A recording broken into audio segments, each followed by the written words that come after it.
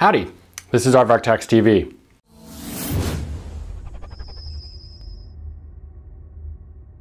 I'm Sean Kennefick, an enrolled agent and customer service representative here at Aardvark Tax.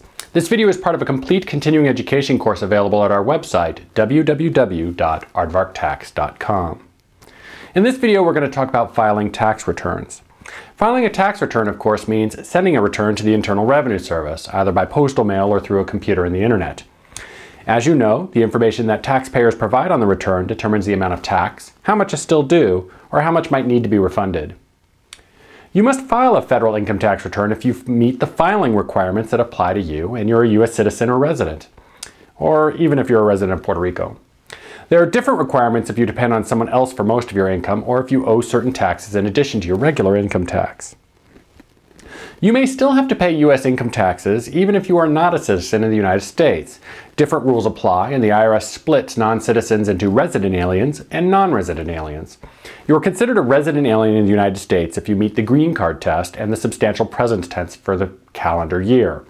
If you are a lawful permanent resident of the United States and you've been issued a green card, also known as an alien registration card, by the U.S. Citizen and Immigration Services Group, you've met the green card test.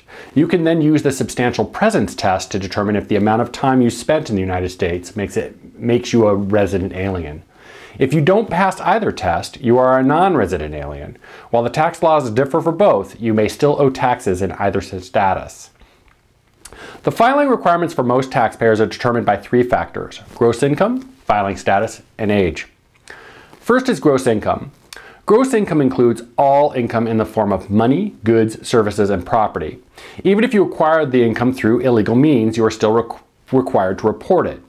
For instance, they couldn't convict Al Capone for murder and bootlegging, but they got him on tax evasion for not reporting his illegal gains.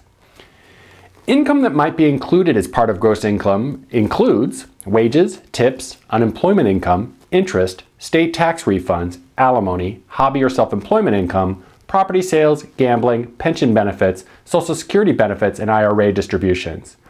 Even if you end up not owing any tax for the year, you must still file a return if you meet the gross income filing requirement. The second factor for determining whether you're required to file a tax return is your filing status. There are 5 filing statuses: single, married filing jointly, married filing separately, head of household, and qualifying widower with dependent children. We'll be talking more about these statuses in another course hour. Age is the third factor for whether you need to file a tax return. That's because you have a higher limit for income if you're over the age of 65. Take a look at Publication 17 and you'll find a table which details the filing requirements for most taxpayers based upon their status. The filing requirements are different if you're dependent on someone else for the bulk of your income. If you're someone's dependent, they can claim you on their tax return for additional benefit. For instance, children are often dependents of their parents. The rules for filing requirements for dependents is more stringent, meaning that you might have to file a tax return even if you made a lot less than a non-dependent person. Another situation where you might have to file a tax return is if you're self-employed or have any self-employment income. If you earned only $400 being self-employed, you'll have to file a tax return. Again, that doesn't mean you'll necessarily owe taxes, only that you must file a return. The same filing requirements apply to decedents, or people who died during the tax year. If the decedent met the filing requirements on the date of death, a final return must be filed by the surviving spouse or other personal representative such as an attorney or executor. Yep, you'll even owe taxes when you're dead. When filing a decedent return, you should write the word deceased along with the person's name and date of death at the top of the return. If a personal representative, such as an executor, has been chosen, that person must sign the return. If it's a joint return, the surviving spouse must also sign. If no personal representative has been chosen, the surviving spouse signs and writes "filing as surviving spouse" in the signature area. If you end up having to file a tax return, you'll find that you won't like April 15th very much.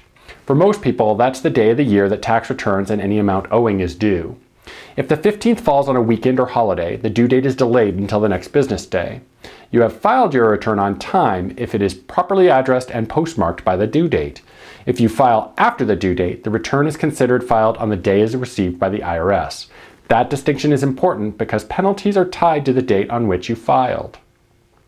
The 15th of April isn't everyone's tax date, it's just the most common, and it's based upon your accounting year and the type of entity you're filing as. Individuals always file on April 15th, unless they're overseas. In some cases, you can change your tax date from the calendar year, which is January through December, to a different fiscal year. In that case, your tax date will be the 15th of either the third or fourth month following the end of your fiscal year, depending on whether or not you file the return as a corporation. Filing a tax return requires that taxpayers have a Social Security number or individual tax identification number, also known as an ITIN.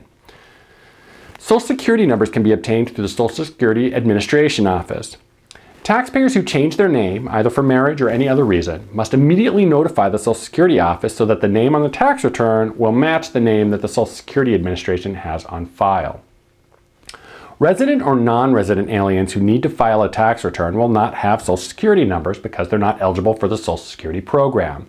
In these cases, aliens should apply for an ITIN number by using Form W-7, the application for IRS individual taxpayer identification numbers.